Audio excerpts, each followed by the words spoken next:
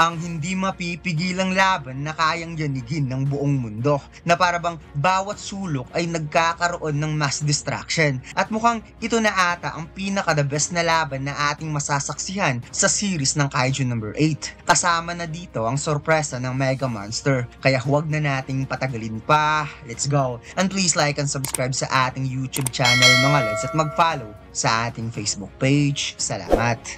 Sa huling chapter, muli nating nasaksihan ang napakalakas na kamao ni Kafka na siyang nagpatalsik sa Mega Monster papunta sa tower sa lugar kung saan doon gustong simulan ni Kafka ang matindi nilang sagupaan. Kaya sa pagsisimula ng chapter na ito, nagmimistulang World Trade Center ang pagkulaps ng gusali sa lakas ng kamao ng ating bida.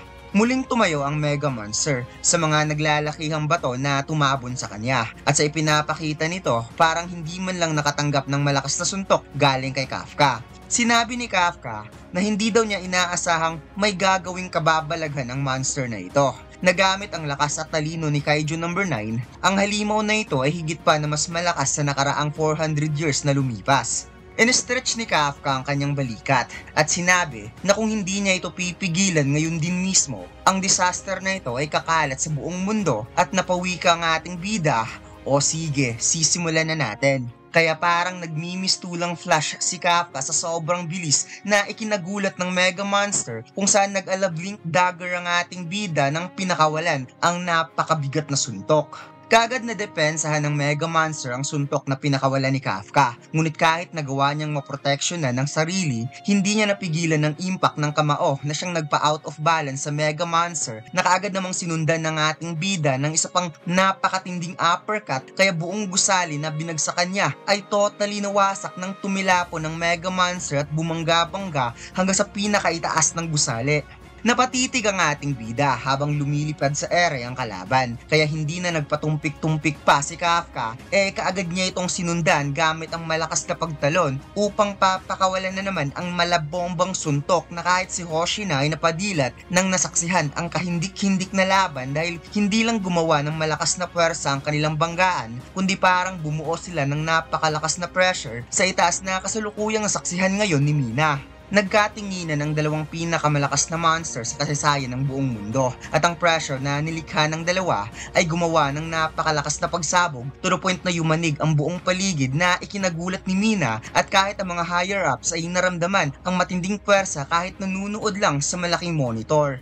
Nagulat si Kafka dahil bigla niyang naramdaman na pumulupot ang buntot ng Mega Monster sa kanyang katawan at humugot ito ng napakalakas na puwersa upang ihagis ang ating bida. Nagmimistulang bato si Kafka na inihagis sa malaking gusali kung saan nagkaroon ng pagwasak ang kalahating parte nito habang bumabangga sa loob, ngunit hindi pa dyan nagtatapos dahil nasa harap na ni Kafka ang Mega Monster na kasalukuyang naghanda upang magpapakawala ng matinding smash towards sa ating bida.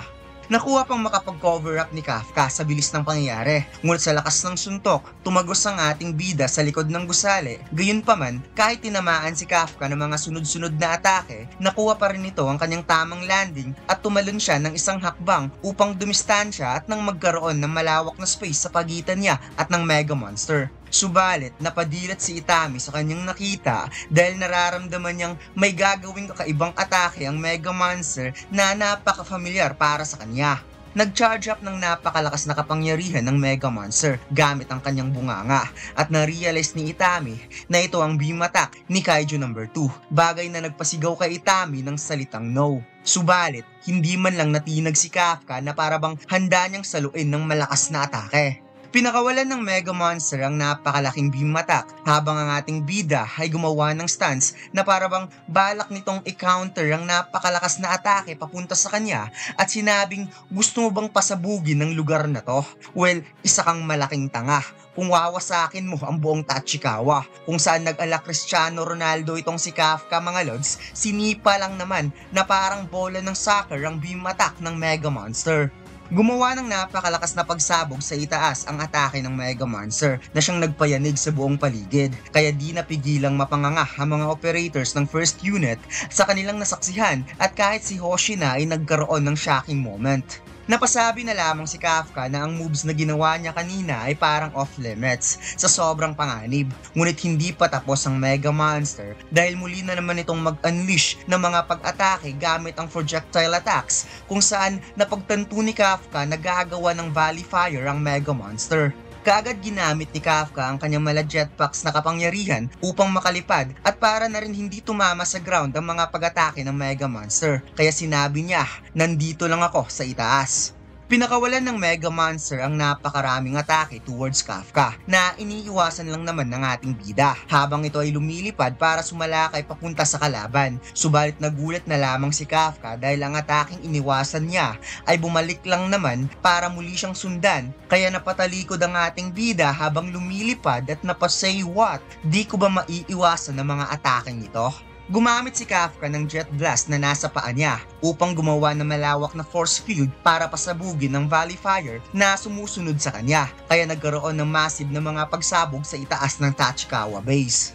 Ang isa sa pinakamaangas at sobrang simpleng design, ang pinakabagong John Mac anime t-shirt, ang The Strongest Duo. At hindi mo pagsisisihan ng bago nating John Mac t-shirt na 220 GSM na may 100% cotton. At ang DTF na sobrang tingkad ng kulay, available na ang design na ito sa ating Shopee store at TikTok shop. And by the way mga lads, mayroon tayong promo na buy 3 plus free. Kaya huwag na nating patagalin pa, bili na. Samantalang, nagsisilabasan ng mga naglalakihang pawis ni Nogizaka habang nanunood sa laban. At sinabi ni Kurozo, lahat ng projectile attacks ay sinusundan talaga si Kafka dahil patuloy pa rin sa pagpapakawala ng mga pag-atake ang Mega Monster. Kung saan kakaiwas lang ni Kafka sa isang atake, may sumunod naman na atake at mukhang huli na ang lahat para ito ay maiwasan ng ating bida. Gumawa ito ng napakalakas na pagsabog at ang Mega Monster ay hindi pa rin tumigil sa pagpapakawala ng mga projectile attacks kaya parang mga paputok na bomba sa tindi ng mga pagsabog, bagay na nagpangisngis kay Mina sa sobrang pag-aalala para kay Kafka. Habang sumasabog sa itaas, sinabi ni Narumi na ito ay nakakagalit kung iisipin dahil si Mr. Isaw na iniidolo niya, 2 fire shots lang ang kayang gawin, ngunit ang halimaw na ito ay kayang magpakawala ng dose-dosenang fire shots na walang tigil na hindi man lang pinagpapawisan.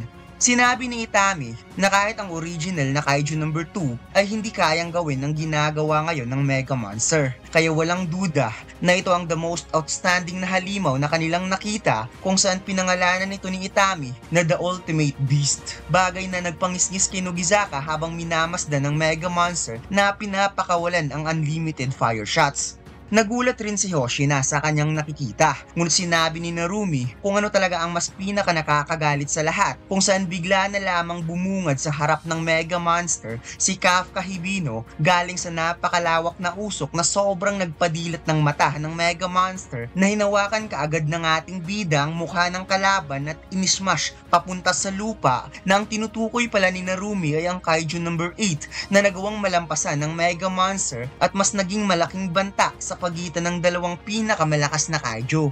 At heto na nga mga lods, handa na ang kamao ni Kafka Hibino upang pakawalan ang malabompang suntok na direktang tumama sa mukha ng Mega Monster at sinundan pa ito ng unlimited punches na parabang binubutas-butasan ng katawan ng kalaban at hindi na may guhit ang mukha nito. Nagulat ang lahat sa massive na pagkawasak sa paligid habang pinapakawalan ni Kafka mga suntok na siyang nagpaguho at nagpakulap sa mga gusali na nasa malapit lang nito. Ngunit kahit dumadagungdung na ang paligid, sinabi pa rin ni Nogizaka na kaya mo yan Kafka, tapusin mo na ngayon din. Nagtataka ang lahat kung bakit napatigil si Kafka na para bang may nakita itong kakaiba sa katawan ng Mega Monster kaya ito natigilan. Kaya napatanong ang lahat sa kanilang isipan kung ano ang nangyayari at biglang tumawag si Kafka na sinasabing kung maaari i-expand ang danger zone sa radius na 5 kilometers dahil nandito na ang hinihintay niya. With the narrator said, tearing through its container of rotten flesh. At dito lang nagtatapos ang ating kwento mga lods. Huwag mo sanang kalimutang mag-like, comment at mag-subscribe sa ating YouTube channel at mag-follow sa ating Facebook page. Salamat!